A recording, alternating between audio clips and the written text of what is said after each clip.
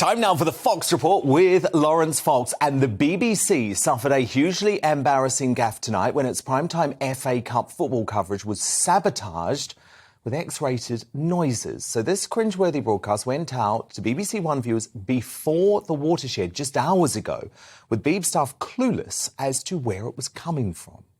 Out shortly. We've an FA Cup winners only policy in the studio tonight. And I don't know who's making that noise, but so Alan Shearer is on the commentary gantry alongside Steve Bauer.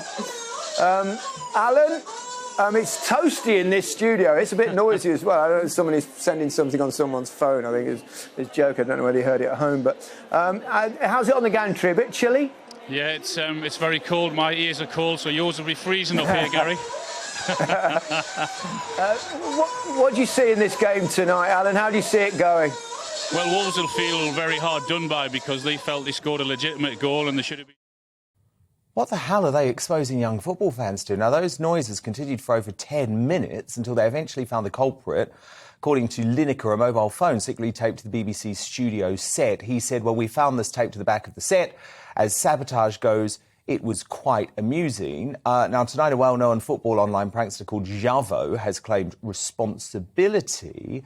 Obviously, we don't know if it's him. It seems to me, Laurence, that the BBC have some folk in-house who they should be very concerned about. Are you trying to suggest there's a rat in the camp of the BBC? Numerous rats, I'd say. Do you know what my favourite part of it is? Usually, I really I find liking Gary Lineker a very difficult thing, but I think he dealt with it quite well. But it's the utter personality-lessness of Alan Shearer, which, like, he's just going, I'm still going to carry on going, I don't care what's going on. But, yeah, I mean, someone in the BBC, I think, is probably turning around and going, this is our protest. It's such a sort of myopic, monochromatic bore fest that I'm grateful that we exist. Yeah, very true. But I think they will have to conduct some sort of serious investigation into this, because the point is someone within the BBC allowed that phone to be planted on that set. So someone was trying to humiliate Lineker and the BBC. Who would want to humiliate Gary Lineker? I just want to be kind to him. It wasn't me, I promise.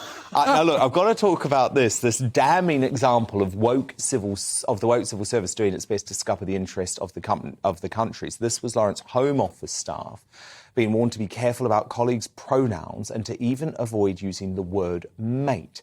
So workers at the department's Homeland Security Group, they're meant to be responsible for tackling terrorism, were given the orders during a presentation on addressing people's gender identity. Staff were told using the word homosexual was a medical phrase and could reduce colleagues to purely sexual terms. It also warned some staff that they might want to use neo-pronouns, such as Z or A. The Home Office said the material, which was leaked to the Guido Fawkes website, was used as part of an internal event in the department, was not an official policy. But, Laurence, this shows you, doesn't it, about the woke indoctrination of folk in our civil service, who, let's be honest, should be doing all they can at the moment to stop terrorism and nothing more. It's pretty hard to get into your head the idea that before someone commits a terrorist attack, that they sit there and they go, are you ready, brother?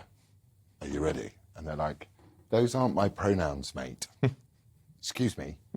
I'd like you to use my correct pronouns before I go and blow up an entire stadium full of people. This is, I mean, who is asking for this? Who wants this stuff in the world? Nobody I know talks in pronouns. Maybe that's because I'm now an old man and totally out of the way. But, you know, who cares? You're the terrorism squad. Deal with the terrorism squad. It's like the police yesterday with their, bastard Dave. It's like, stop policing people's tweets. Go and find the guy who's raped 24 women so far and has had 9 appeals to the police. But today, actually, I'll tell you this is a bit of an exclusive for you.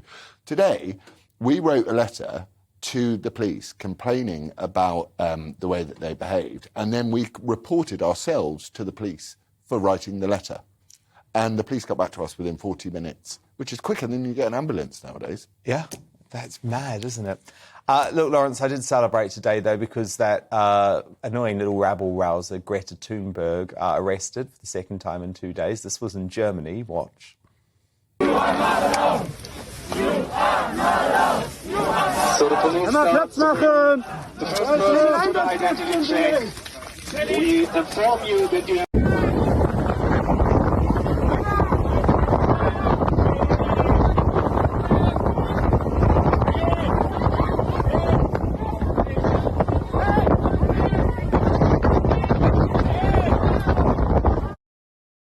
Is she just shouting into the literal wind at this point, Laurence? She should have been put in social care, shouldn't she, when she was younger? Because she's been groomed by her parents. And manipulated by those fame-hungry parents. And it's just sad now because, you know, her white privilege means you can pick her up and drag her off the beach. And she's sort of, she's not worth anything to the cause anymore. Now she's an adult and not an unattackable, autistic Norwegian kid. Funny how she always manages to travel around, isn't it? She sailed there. Here, there and everywhere. She sailed there. Oh, yeah. She walked or sailed. Love to see proof of that. Laurence Fox, thank you so much. And Laurence, you're back 8 o'clock tomorrow night. Thank you, Laurence.